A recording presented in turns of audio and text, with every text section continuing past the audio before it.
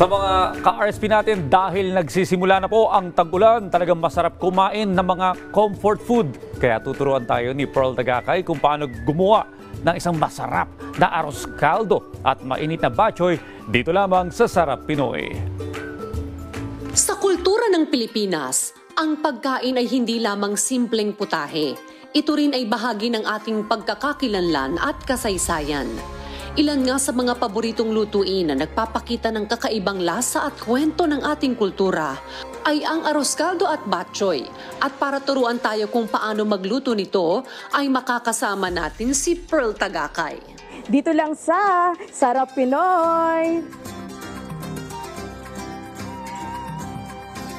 So ngayon po, tuturuan ko kayo kung paano magluto ng arroz caldo. So una po natin gagawin, maghihiwa tayo ng ating bawang. So, dapat ito talagang kailangan durog na durog nang sa ganon, hindi nila malalasahan or mararamdaman yung bawang doon sa ating arroz caldo. Pag nagawa na po natin yung ating bawang, sunod na po natin yung ating sibuyas. Of course, ang ating ginger or yung luya po natin. Hindi dapat ito mawawala kasi siya yung magpapalasa doon sa ating arroz caldo. And then, hihiwain na po natin yung ating chicken. Kung sa ibang arroz caldo ay shredded chicken ang nilalagay, dito ay malalaking gayat ng manok ang sinasahog. Tara na mga pangga, lutuin na natin yung ating special arroz caldo. At para mas maging malasa pa ito, ay lulutuin lang ang ating arroz caldo gamit ang tradisyonal na paraan ng pagluluto sa gatong. Una nang nilagay ni Pearl ang mantika, sumunod ay ang bawang, sibuyas, luya, gayon din ang malalaking gayat ng manok. Para mas bumango ang ating arroz caldo ay nilagyan rin ito ng tanglad. At syempre, hindi pwedeng mawala ang asin. So it takes 45 minutes to 1 hour po yung pagluluto ng aming arroz caldo.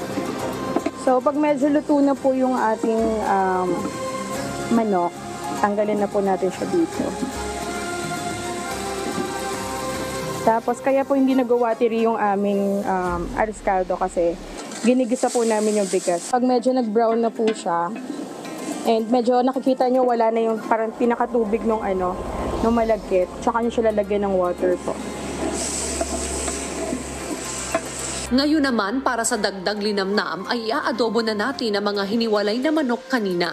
So, ito na po yung ating lutong lugaw ng ating arroz caldo. With atsuete na po ito. And of course, ito na po yung ating adobo na ita-toppings natin mamaya.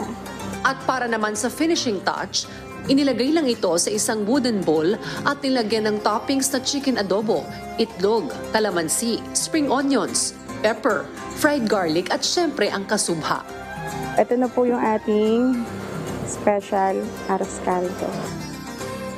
Sunod naman na gagawin ni Pearl ay ang special batchoy. Dito ay una na niyang pinakuluan ng buto ng baka para sa masarap at malinamnam na sabaw. Matapos yan ay una na ngang inilagay sa ating special batchoy ay ang Mickey noodles. Sumunod ay ang chicharon, shredded pork, itlog, fried garlic, pepper at panghuli ay ang ating mainit na sabaw. Ito na mga pangga yung ating special overload batchoy. At para naman bigyan ng hatol kung masarap bang ating special arroz caldo at special overload batchoy, ay makakasama rin natin si Ferdy Munsaya. Okay, so ito, tikman na natin ang kanilang special arroz caldo dito. Ayan.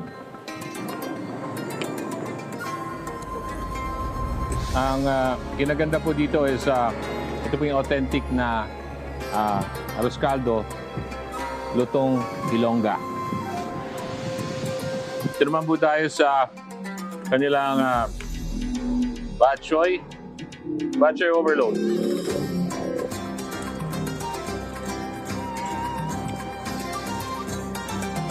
Again, syempre masarap po itong kanilang luto dito. Sulit na sulit.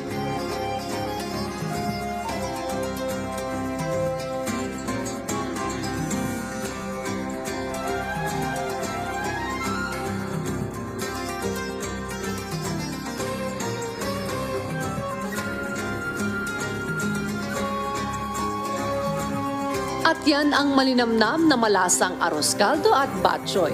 At kung may gusto naman kayong balikan sa mga nakaraan nating episode, maaari nyo yung bisitahin sa aming official social media accounts at Rise and Shine Pilipinas sa Facebook, YouTube at Instagram, habang RS Pilipinas naman sa TikTok at X. At muli, ito ang Sarap Pinoy